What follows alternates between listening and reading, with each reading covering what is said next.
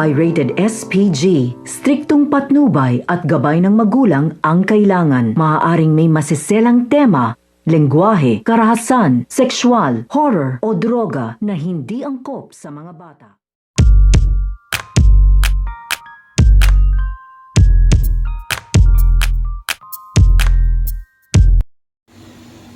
Ang pagdating nito nga ni Armando at ang kanyang mga tauhan. Dahil napagdesisyon na nga dito nito nga ni Armando, ni Lolita at ito nga ni Samuel ang tungkol nga sa pagtulong nga nila dito nga kay Cardo Dalisay at sa Talpos Aguila, dahil nag-aalala nga sila dito na baka hindi na nga daw makabalik ito nga daw sila Cardo Dalisay at ang Talpos Aguila dito nga daw sa kanilang misyon, at maglalaho nga daw dito ang limpak-limpak na pera na nakapatong nga daw dito nga daw sa ulo ng Talpos Aguila at ito nga daw si Cardo. Kaya kailangan nga doon na ditong tulungan at sundan nga daw ito nga daw sila Cardo Dalisay upang maipanalo nga doon na dito ang kanilang misyon at makabalik pa nga daw ito nga daw sila Cardo at ang Talpos Aguila dito nga daw sa kanilang poder. Dahil pag nakabalik na nga daw dito ito nga daw sila Cardo Dalisay at ang Talpos Aguila, ay dito na nga daw nila isasagawa ang pagsuklom dito nga daw kay Cardo at sa Talpos Aguila, at upang makuha na nga daw na dito ang limpak-limpak na pera na nakapatong nga daw dito nga daw kay Cardo at sa Talpos Aguila. Kaya nga ito nga si Cardo at ang Talpos Aguila ay kinagulat nga nila dito